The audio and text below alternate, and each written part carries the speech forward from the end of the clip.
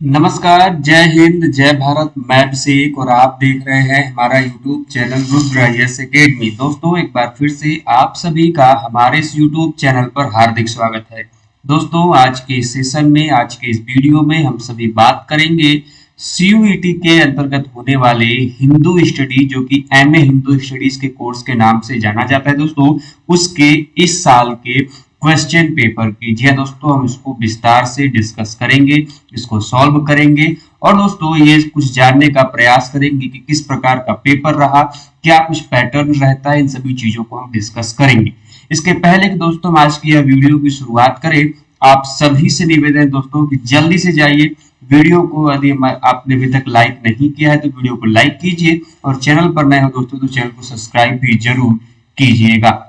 दोस्तों, इस बार का जो दोस्तों सीयूईटी एमए हिंदू स्टडीज का एग्जाम रहा दोस्तों, ये कुल 100 प्रश्न पूछे गए दोस्तों और इस 100 प्रश्नों में से 25 प्रश्न जो थे दोस्तों ये जनरल अवेयरनेस के थे, जिसमें आपके दोस्तों GK, GS, current affairs, maths, reasoning, बाकी जो सब्जेक्ट्स थे उनसे पूछे गए थे। और दोस्तों जो 75 क्वेश्चन थे ये एमए हिंदू स्टडीज का जो मेन कोर्स है उनसे प्रश्न यहाँ पर बने थे। तो कुल 100 प्रश्न थे। प्रत्येक प्रश्न के लिए दोस्तों आपको 4 नंबर डिसाइड किया गया था और यदि आपने एक क्वेश्चन गलत किया है तो उसके लिए -1 मार्किंग की भी व्यवस्था थी।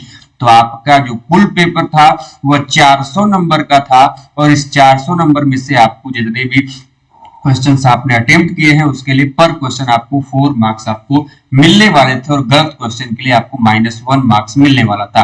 तो इसकी दोस्तों पहले कि हम आज की पेपर की हल की शुरुआत करें, आप सभी से एक बार पुनः निवेदन है कि जल्दी से जाइए, चैनल पर नए हो और चैनल सब्सक्राइब नहीं किया है मेरे दोस्त तो चैनल को सब्सक्राइब करने के साथ ही बेल आइकन को प्रेस कर लें, जिससे कि दोस्तों आपके पास वीडियोस की लेटेस्ट नोटिफिकेशन सबसे पहले आप तक पहुंचे। दोस्तों जो पहले 25 प्रश्न दिए गए हैं दोस्तों, जो कि जनरल अवेयरनेस के हैं, इनको हम लास्ट पार्ट में करेंगे। और दोस्तों जो ये 75 प्रश्न जो कि डोमेन सब्जेक्ट अर्थात हिंदू स्टडीज के प्रश्न दोस्तों, इनको हम सबसे पहले करेंगे। तब तो दोस्तों कि मैं आगे वीडियो को बढ़ाऊं, आप सभी से निवेदन है जल्दी से एक बार वीडियो को लाइक करते हुए चलिए। दोस्तों ये जो हिंदू स्टडीज का कोर्स है, पहली बार ये बीएचयू के द्वारा, जिसको हम लोग बनारस हिंदू यूनिवर्सिटी बोलते हैं, उसके द्वारा दोस्तों ये प्रश्न जो है, ये जो कोर्स है दोस्तों, इसको चलाया गया था। दोस्तों ये कोर्स काफी इंपॉर्टेंट हो जाता है आपके एग्जाम के लिए भी, क्योंकि इससे कई सारे जो कैंडिडेट्स हैं इन्होंने फॉर्म भरा है और ये एग्जाम देते रहे हैं। तो चलते दोस्तों अपने सबसे पहले प्रश्नों की तरफ। सबसे पहला प्रश्न दोस्तों जो हिंदू स्टडीज के जो कोर प्रश्नों में से आता है वो आपके सामने दोस्तों। ध्यान रहे कि इस बार का दोस्तों जो एग्जाम हुआ है उनके केवल और केवल 2 भाषाओं में ही दोस्तों ये एग्जाम आपको देखने को मिलेगा। वो भाषा जो है दोस्तों, पहली भाषा थी दोस्तों आपकी इंग्लिश भाषा, जो कि सभी कैंडिडेट्स के लिए थी दोस्तों, और संस्कृत भाषा थी। लेकिन ध्यान है दोस्तों, हिंदी भाषा का प्रयोग इस एग्जाम में नहीं किया गया है। आपको हिंदी जो है, जो मेन 75 क्वेश्चन है वहां पे हिंदी आपको देखने को नहीं मिलेगी। बाकी जो 25 क्वेश्चन है शुरू के, उनमें जो प्रश्न है वो हिंदी के मिलेंगे, लेकिन जो 75 क्वेश्चन है उनमें प्रश्न केवल और केवल संस्कृत भाषा के या तो इंग्लिश भाषा के देखने को मिलेंगे। जैसा कि दोस्तों आप अपनी स्क्रीन पर देख पा रहे होंगे, आपके सामने दोस्तों प्रश्न है। प्रश्न क्या है दोस्तों? तो प्रश्न है देयर आर डैश वेदास, मतलब कुल कितने वेदास हैं, आपको आंसर देना है। तो आपके सामने ऑप्शन दोस्तों, ऑप्शन नंबर 1, 2, 3, 4, 5। दोस्तों ये 4 तो आपके ऑप्शन दे दिए गए। वहीं पर आप देखेंगे कि इसी क्वेश्चन को संस्कृत में पूछा गया, वेदा कति संति, मतलब वेदों की संख्या कितनी है। आपके सामने ऑप्शन भी है, द्वौ, त्रय, चत्वार और पंच। दोस्तों तो हम यहाँ पे इंग्लिश में ही डिस्कस करेंगे और आपको अच्छे से समझाने का प्रयास भी करेंगे कि दोस्तों जैसा कि आप सभी जानते हैं, यहाँ पर जो वेदों की संख्या है या कितनी है, 4 वेद है। कुल कितने वेद दोस्तों? 4 वेद हैं और चारों वेद के नाम आप बहुत अच्छी तरीके से जानते होंगे, किसी को कोई दिक्कत होगा नहीं। तो दोस्तों चारों वेद हैं आपके, ऋग्वेद है, सामवेद है, यजुर्वेद है और आपका दोस्तों सबसे अंतिम और सबसे नया जो है दोस्तों वह कौन सा है? तो दोस्तों यह है आपका अथर्ववेद। तो यह कुल 4 वेद हैं और वेदों की संख्या हमारे भारतीय सनातन धर्म में कितनी है? तो कुल 4 वेद हैं। जिनमें सबसे प्राचीन वेद जो है दोस्तों वह आपका ऋग्वेद है, और जो सबसे नवीन वेद है दोस्तों वह कौन सा है दोस्तों, तो वह है आपका अथर्ववेद। मतलब सबसे नया वेद अथर्ववेद, सबसे पुराना वेद दोस्तों आपका ऋग्वेद है। अब ध्यान रहे दोस्तों, बहुत इंपॉर्टेंट क्वेश्चन यहां से भी बनते हैं कि जो प्रथम के तीन ये वेद है दोस्तों, जिसमें आपके ऋग्वेद, सामवेद और यजुर्वेद आते हैं दोस्तों, इन प्रथम तीनों वेदों को एक साथ वेद त्रय की भी संज्ञा दी जाती है। कई बार एग्जाम में आपके प्रश्न बनते हैं कि निम्नलिखित में से वेद त्रय की संज्ञा किसे दी जाती है, या फिर निम्नलिखित में से वेद त्रय का कौन सा भाग नहीं है। तो ध्यान रहे दोस्तों, वेद त्रय के अंतर्गत ऋग्वेद, सामवेद और यजुर्वेद आते हैं। जो अथर्ववेद है यह ऋग्वेद, अथर्ववेद जो है दोस्तों यह वेद त्रय का भाग नहीं है। तो ऐसी जानकारियां भी दोस्तों आपको साथ में कोरिलेट करके चलनी पड़ेंगी। जब हम क्लास लेंगे दोस्तों डिटेल में, जब हम इस कोर्स को पढ़ाएंगे आप सभी को, जो बच्चे कैंडिडेट इनरोल होंगे इस कोर्स की प्रिपरेशन के, तो आपको सब कुछ डिटेल में पढ़ाएंगे कि ऋग्वेद में कितने आपके आरण्यक हैं, इसके संबंधित कितने, इसके संबंधित आपके ब्राह्मण ग्रंथ हैं, कितने इसके संबंधित श्लोक हैं, श्लोक में कौन सा इंपॉर्टेंट है, कौन सा कथन इंपॉर्टेंट है, सब कुछ हम डिटेल में पढ़ाएंगे। फिलहाल अभी हम यहाँ पर प्रश्नों की चर्चा कर रहे हैं, और प्रश्नों की चर्चा हम इसी प्रकार थोड़ी सी डिटेल के साथ करते हुए चलेंगे। दोस्तों आपने देखा कि पहला प्रश्न था वेदों की संख्या पर आधारित। चलते हैं दोस्तों अपने अगले प्रश्न की तरफ। अगला प्रश्न दोस्तों आपके सामने है। प्रश्न क्या है दोस्तों, प्रश्न आपके सामने है कि दोस्तों सांख्यायन आरण्यक इज एसोसिएटेड विद, जो सांख्यायन आरण्यक है यह किसके साथ दोस्तों एसोसिएट करता है, किससे संबंधित है। दोस्तों आपके सामने ऑप्शन है। ऑप्शन क्या है दोस्तों, पहला ऑप्शन है ऋग्वेद, दूसरा ऑप्शन दोस्तों यजुर्वेद, तीसरा ऑप्शन दोस्तों सामवेद और चौथा ऑप्शन दोस्तों आपका अथर्ववेद। तो ये किससे संबंधित दोस्तों, तो इसका सही आंसर हो जाएगा जो सांख्यायन आरण्यक दोस्तों ये संबंधित है ऋग्वेद से। दोस्तों जो ऋग्वेद है ये इसी संबंधित है आपका सांख्यायन आरण्यक। पहला का आंसर हो गया दोस्तों ये। अब देखिए कुछ इंपॉर्टेंट चीजें हैं दोस्तों। जो ये ऋग्वेद है इसमें देवताओं की स्तुति हमको देखने को मिलती है, प्रेयर्स ऑफ गॉड, देवताओं की स्तुति जो है, प्रार्थना जो है, पूछा जाता है एग्जाम में कि देवताओं की प्रार्थना या स्तुति का प्रमाण हमको किस वेद में देखने को मिलता है, यह मिलता है दोस्तों ऋग्वेद में। वहीं पर दोस्तों यदि हम यजुर्वेद की बात करें दोस्तों, तो यजुर्वेद में हमको यज्ञ विधान का वर्णन मिलता है कि यज्ञ किस प्रकार होगा, यज्ञ की वेदिकाओं का निर्माण कैसे किया जाएगा, ये सभी जो दोस्तों आपके विधान है यह हमको यजुर्वेद में देखने को मिलते हैं। वहीं पर दोस्तों जो सामवेद है आप सभी लोग जानते होंगे, सामवेद में गायन विधि का उल्लेख मिलता है। अर्थात दोस्तों भारत में जो संगीत है, भारत में जो संगीत है उस भारतीय संगीत का जनक भी दोस्तों इसी सामवेद को कहा जाता है।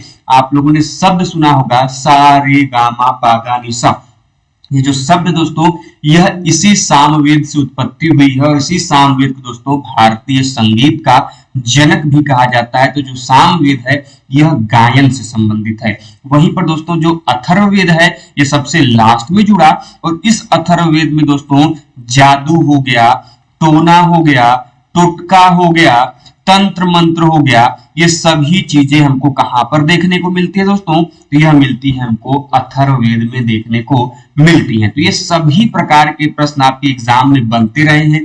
इसके पहले वाला जो पेपर था जो बीएचयू ने लिया था उसको भी मैंने चैनल पे अपलोड किया है, और आपको अब इस बार मैं इस साल का पेपर भी डिस्कस कर रहा हूं।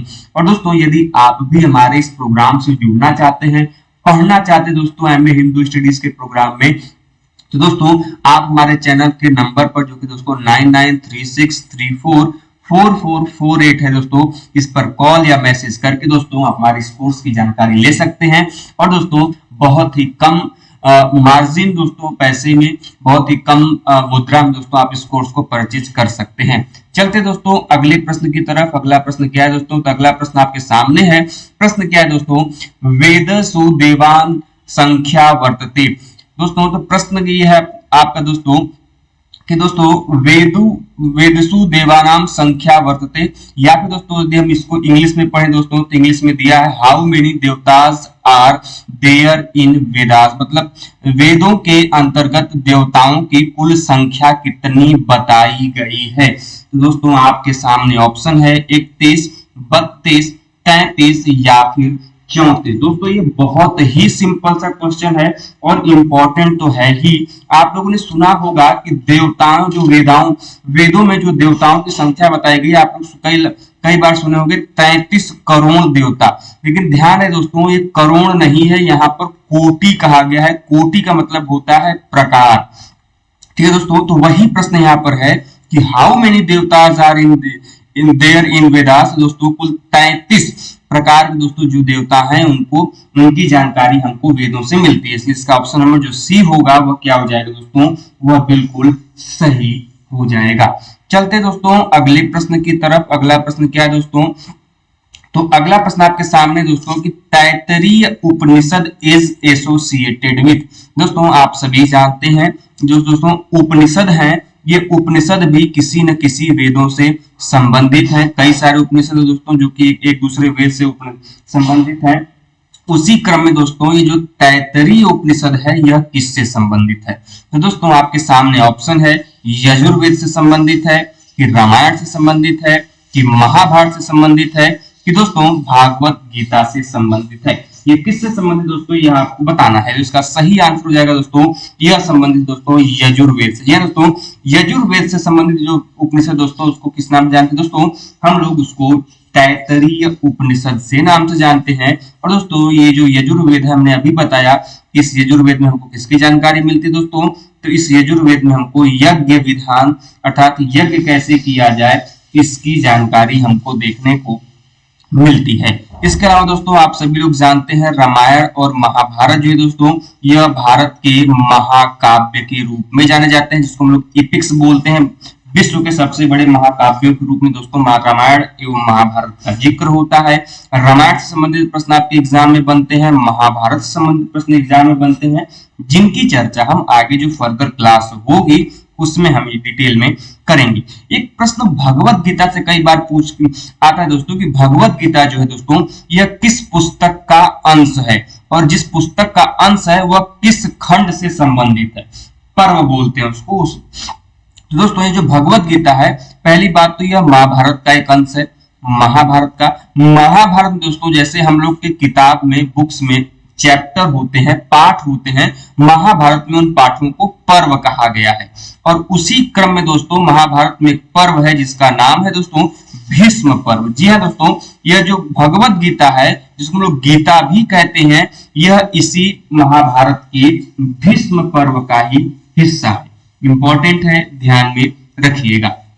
आगे चलते हैं दोस्तों अगले प्रश्न की तरफ। उम्मीद करते हैं दोस्तों ये जो वीडियोस हैं आपके लिए काफी हेल्पफुल रही होंगी। दोस्तों वीडियो आपके दोस्तों इंपॉर्टेंट लग रही हो, थोड़ी सी भी हेल्प मिले दोस्तों तो हमारे चैनल को दोस्तों लाइक जरूर करिएगा, और चैनल पर नए हैं दोस्तों तो चैनल को सब्सक्राइब भी जरूर करिएगा।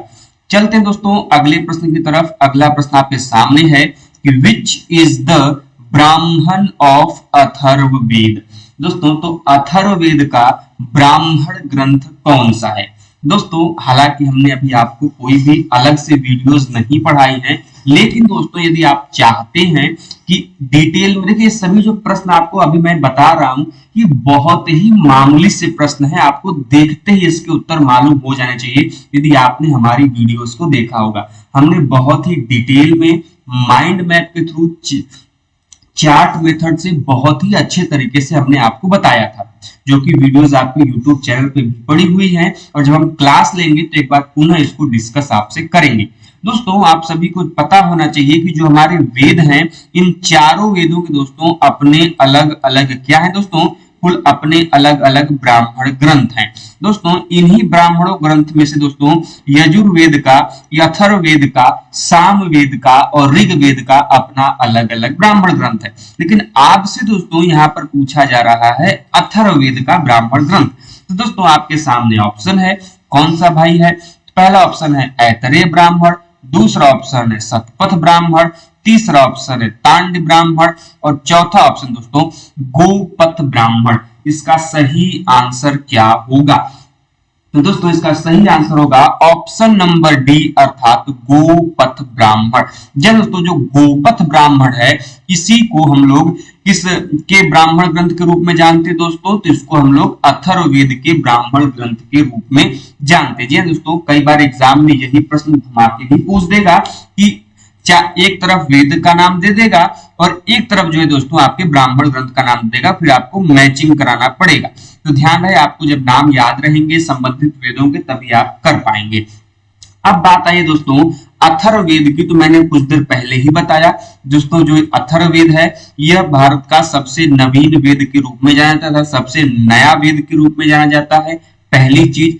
दूसरी कि इस वेद में हमको जो जादू है, टोना है, टोटका है, तंत्र मंत्र है, इन सभी चीजों के बारे में जानकारी हमको देखने को मिलती है। वह कौन सा वेद है दोस्तों? तो वह है आपका अथर्ववेद।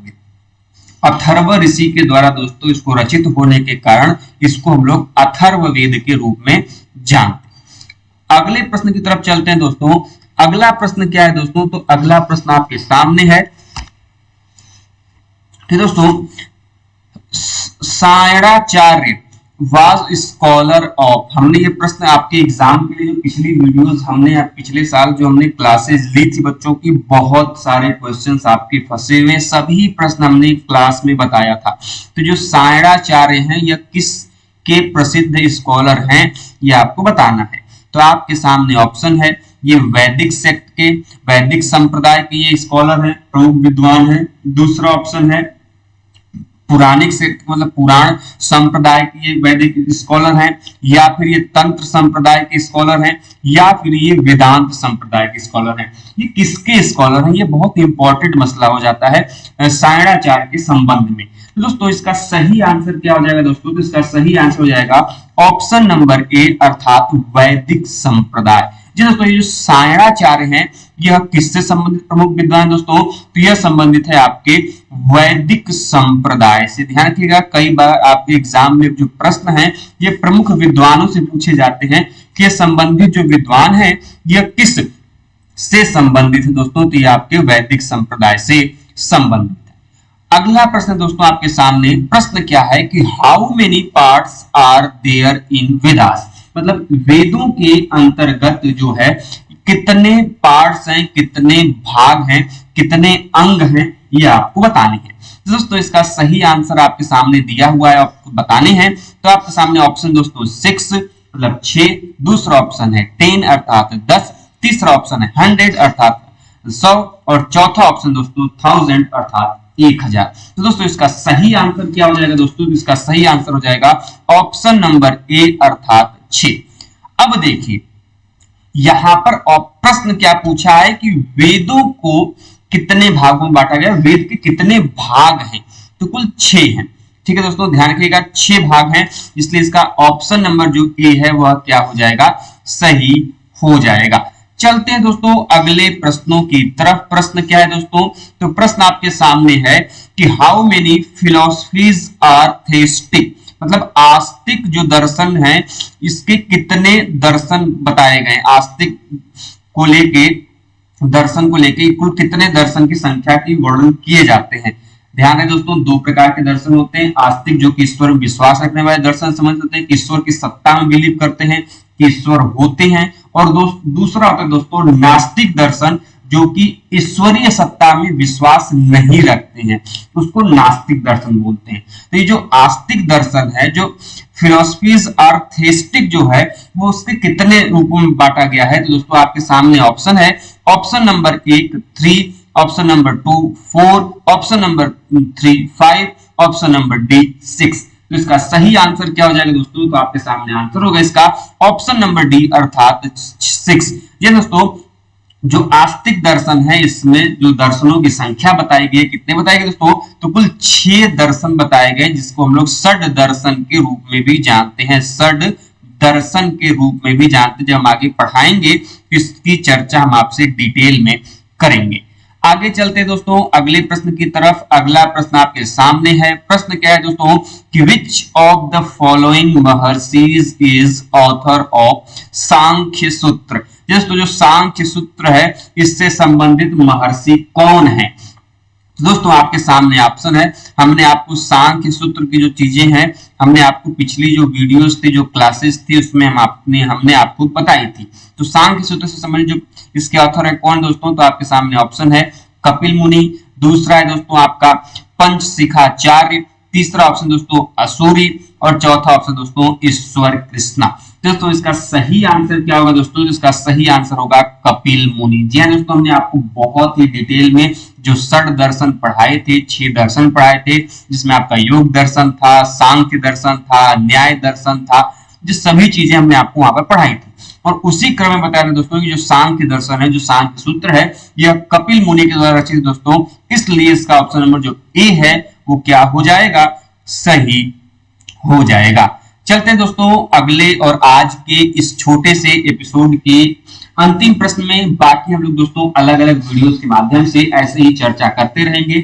दोस्तों रीजन ये है वीडियो छोटा बनाने का, पार्ट वाइज बनाने का। देखिए मैं लास्ट में एक वीडियो बनाऊंगा, आप लोगों पे कंपाइल बनाऊंगा, जिसमें कि आपके सभी प्रश्न एक साथ सॉल्व होंगे। लेकिन अभी फिलहाल छोटा छोटा वीडियो बनाने का रीजन ये है, किसी भी स्टूडेंट की जो कंसंट्रेशन की एक लिमिट होती है, मतलब कंटिन्यूटी की जो लिमिट होती है पढ़ने की ऑनलाइन मीडियम में, वो 10 से 20 मिनट के बीच में होती है। उसके बाद उसका जो कंसंट्रेशन है वो दूसरी तरफ भागने लगता है, इंस्टाग्राम की रील्स की तरफ, बाकी चीजों की तरफ। इसीलिए वीडियो छोटे हो, मेरा यही प्रयास रहेगा। बाकी आपको लास्ट में एक अलग से कंपाइल वीडियो मिल जाएगा, जिसमें आपके सभी प्रश्नों को एक साथ में सॉल्व कराऊंगा। प्रश्न क्या है दोस्तों, तो प्रश्न आपका आज का 10वां प्रश्न दोस्तों कि विच सूत्रास वर कंपोज्ड बाय महर्षि बादरायण। ये दोस्तों जो बादरायण ऋषि हैं, इनके द्वारा दोस्तों कौन सा ऐसा सूत्र है जिसके द्वारा दोस्तों क्या किया गया था, उसकी रचना की गई थी, कंपोज किया गया था उस सूत्र को। दोस्तों आपके सामने ऑप्शन है योग सूत्र का, दूसरा है दोस्तों अर्थ सूत्र का, तीसरा है दोस्तों मीमांसा सूत्र का, और चौथा है दोस्तों ब्रह्म सूत्र का। बहुत ही इंपॉर्टेंट और बहुत ही सिंपल सा क्वेश्चन है, कोई कंफ्यूजन नहीं होना चाहिए दोस्तों कि जो बादरायण ऋषि हैं इनके द्वारा कौन सा जो है रचना यह किया गया था।